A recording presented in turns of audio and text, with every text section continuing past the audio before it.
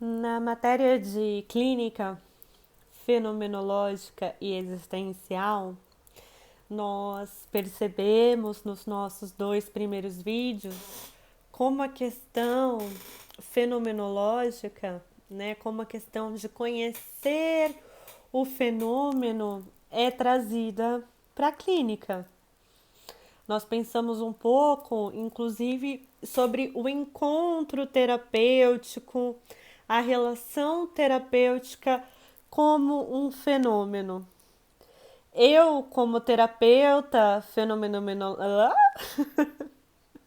eu não vou pausar e gravar de novo, gente, porque se eu for fazer isso toda vez que eu erro fenomenológica, vai ser muitas vezes. Então, eu, como terapeuta fenomenológica, eu me atentarei não só ao que a pessoa me conta, mas como é para ela contar naquele momento do atendimento que ela está comigo contando para mim.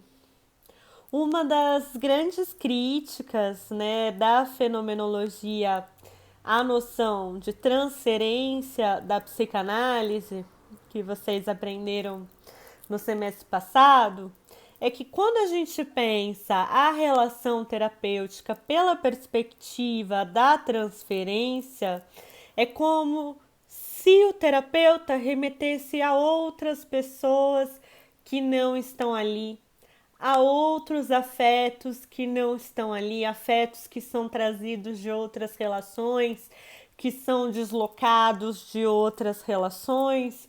E a fenomenologia vai dizer, tá, pode até ser que aconteça, que afetos de relações significativas estejam presentes na clínica, mas o terapeuta, ele não é apenas quem evoca esses afetos de outras relações. Ali há uma relação. E ali há uma relação com uma pessoa. Ali há a relação com aquela pessoa específica, que é aquela terapeuta, aquele terapeuta. Então, quando a pessoa está contando algo para mim, não está contando para uma imagem, para uma fantasia, para uma construção imaginária afetiva. Não, está contando para mim. E a fenomenologia vai buscar perceber como que essa relação terapêutica é percebida, da forma que é percebida, por quem percebe, né? Colocando também as nossas percepções, como eu, terapeuta, percebo a relação terapêutica. E aí a gente entra numa questão fundamental para pensar a clínica fenomenológica, que é o método. Nós aprendemos no semestre passado, na matéria de teoria fenomenológica e existencial, que a fenomenologia propõe um método que é de colocar entre parênteses as concepções iniciais, as concepções anteriores, suspender o que se pensa sobre um determinado tema.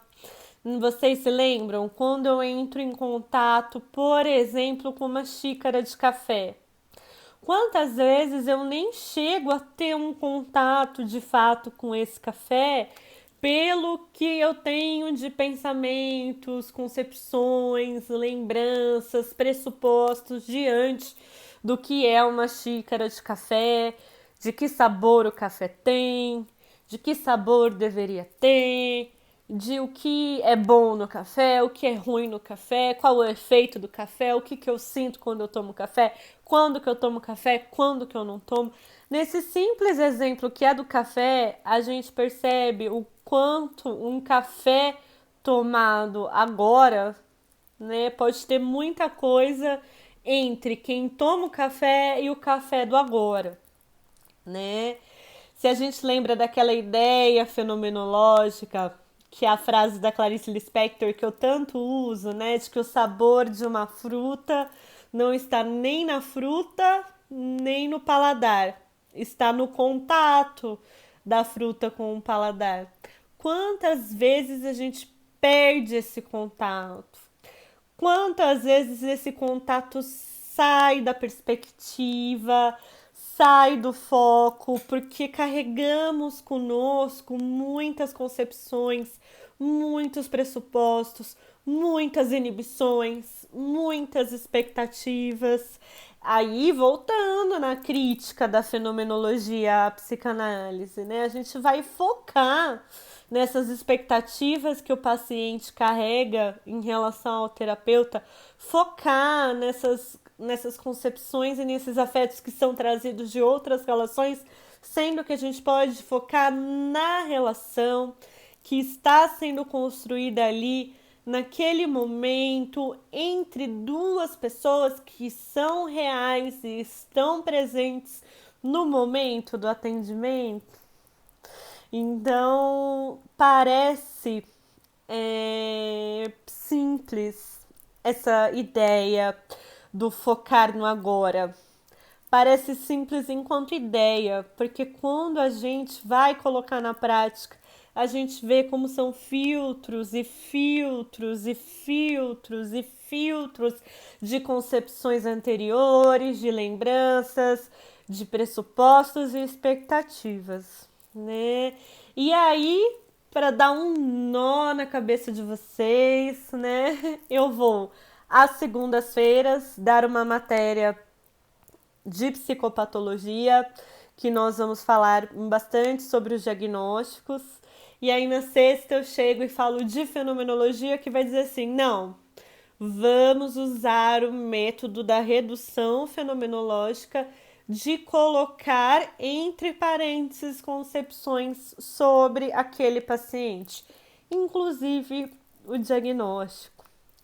A fenomenologia, ela propõe que o nosso foco não seja em estabelecer definições, classificações, categorizações e nem explicações, né? Diante de alguém que está na minha frente e está sofrendo, minha busca não vai ser por definir esse sofrimento, por explicar esse sofrimento.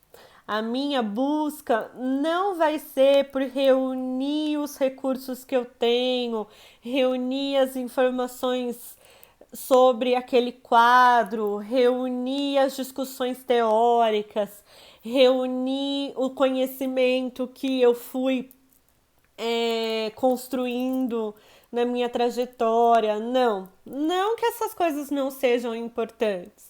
Elas são importantes para a formação, elas são importantes para esse processo de tornar-se profissional. Mas no momento da escuta, no momento em que eu escuto o que é trazido, como que essa escuta será orientada pela redução fenomenológica? Eu vou deixar para trás, eu vou deixar de lado o máximo possível as preconcepções, o máximo possível interpretações e explicações para eu poder ouvir aquele sofrimento tal como aquele sofrimento é contado naquele momento, para ouvindo aquele sofrimento tal como ele é contado naquele momento, eu poder chegar o mais próximo possível de como aquele sofrimento é vivido pela pessoa que vive naquele momento que ela está vivendo. Como que aquele sofrimento é vivido por quem vive e é percebido por quem percebe agora.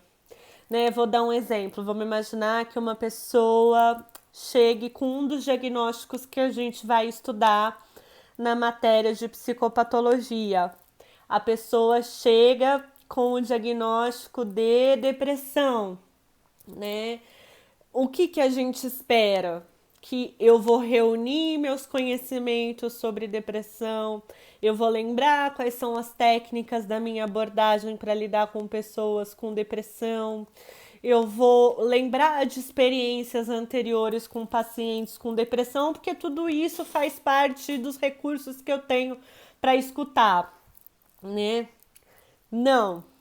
A fenomenologia, com o método da redução fenomenológica, ela leva de forma intensa, né, o que outras abordagens falam. Outras abordagens também falam, eu vou deixar de lado meus julgamentos, meus valores, as minhas experiências pessoais, mas a fenomenologia ela intensifica isso, dizendo eu também preciso deixar de lado as explicações teóricas, as definições conceituais, a própria linguagem do diagnóstico. Porque, afinal de contas, quando uma pessoa chega e me conta que tem um diagnóstico de depressão, não é sobre a depressão que eu quero saber.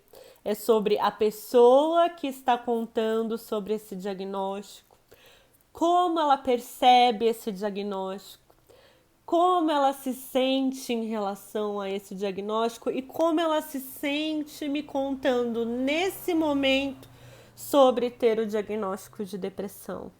O que é o diagnóstico para ela? O que nas expressões dela ela percebe como expressões relacionadas à depressão? Como ela se percebe quando ela pensa a si mesma como deprimida?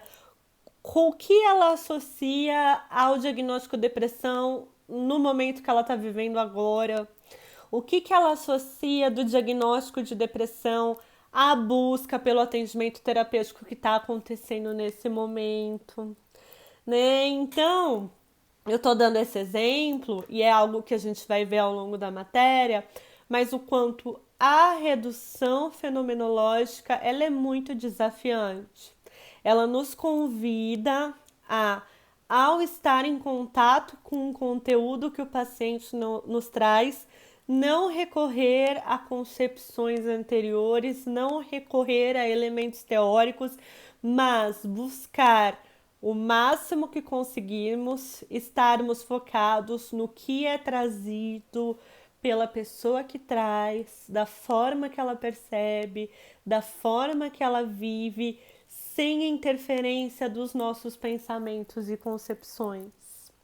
Como é para aquela pessoa que me procura, me contando o que ela está vivendo, me contando o que ela está sentindo, o que ela está vivendo nesse momento, o que ela está sentindo nesse momento, como ela percebe o que ela vive, como ela percebe o que ela sente, como ela percebe esse movimento de buscar atendimento agora na vida dela e focar no agora e focar no que é trazido no momento do atendimento, no agora do processo terapêutico.